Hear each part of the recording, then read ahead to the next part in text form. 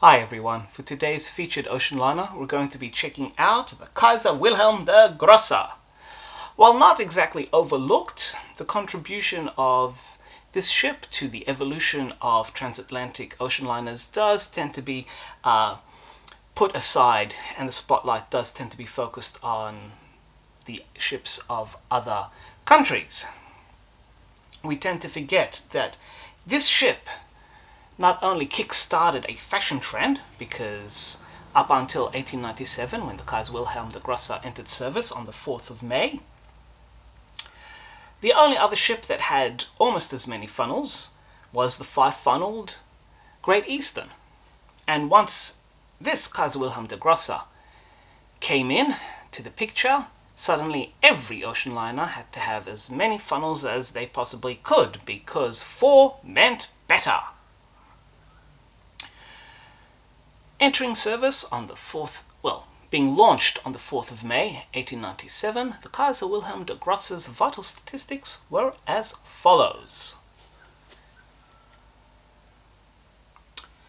The ship weighed 14,349 gross tons, had a length of 649 feet, which equates roughly to 198 meters, had a beam of 66 feet, which equates to about 20 meters, and its true triple expansion engines drove 2 screw propellers at a decent record-breaking speed of 22.5 knots.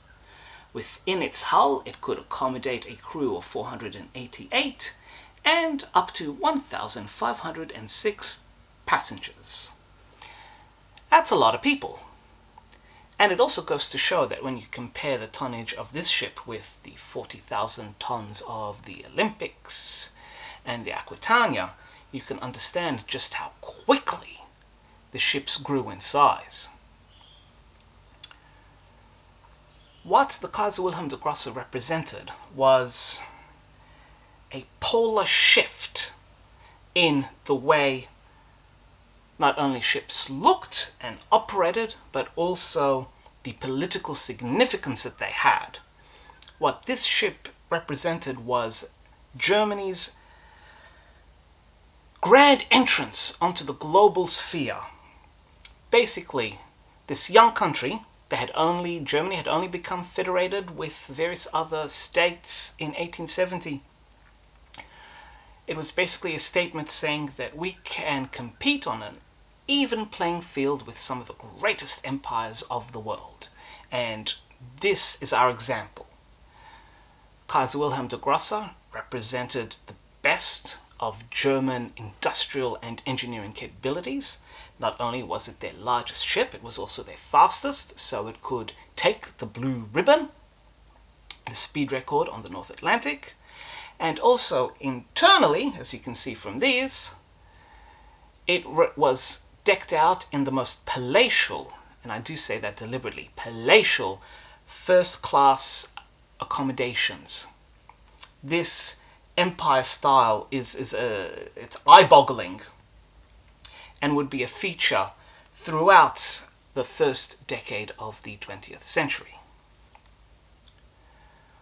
What Kaiser Wilhelm der Grosse also started was the ocean liner race to build the biggest and the fastest. There would be another 4 German vessels that would be even bigger than this one. You would have the Deutschland, you would have the Kronprinz Wilhelm, the Kaiser Wilhelm II, and lastly, the Kronprinzessin Cecilia. The UK would fight back with the Lusitania and the Mauretania, followed by the Olympic, the Titanic, the Britannic, and of course the Aquitania. And then, after the First World War, the Union Castle line would belatedly enter the field with Windsor Castle and Arundel Castle, while France in 1912 would also put in their own and only 4-funneled vessel into service as well. This particular ship, the Kaiser Wilhelm der Grosse, had a relatively uneventful career. It was involved in a collision with another ship called the Orinoco.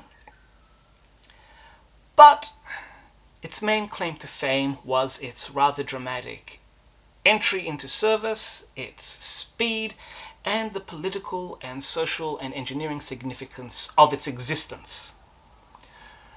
With the outbreak of the First World War, the Kaiser Wilhelm der Grosse was taken in hand and converted into an armed merchant cruiser, where it was basically painted a slate grey, given a couple of guns, and sent off across the world's oceans to find merchant ships and sink them. And in that role, it was unsuccessful. 3 ships were sunk, and this being the early days of the war, and with a particularly chivalrous captain, 2 larger passenger-carrying vessels were allowed to continue on without being scuttled. The end of the Kaiser Wilhelm der Grosse came about on the 26th of August 1914, when World War I was only 22 days old. While taking on coal in a remote port in what is now Saharan Morocco, the Saharan region of Morocco,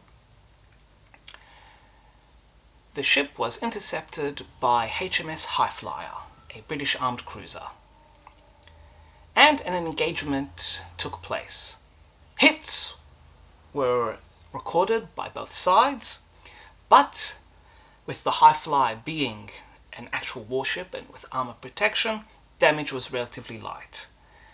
And despite its brave defense, the Kaiser Wilhelm der Grosse, ablaze, rolled over onto its port side and settled in the shallow water. The debate is still out as to whether the ship was sunk due to damage in the battle or whether it was scuttled under orders.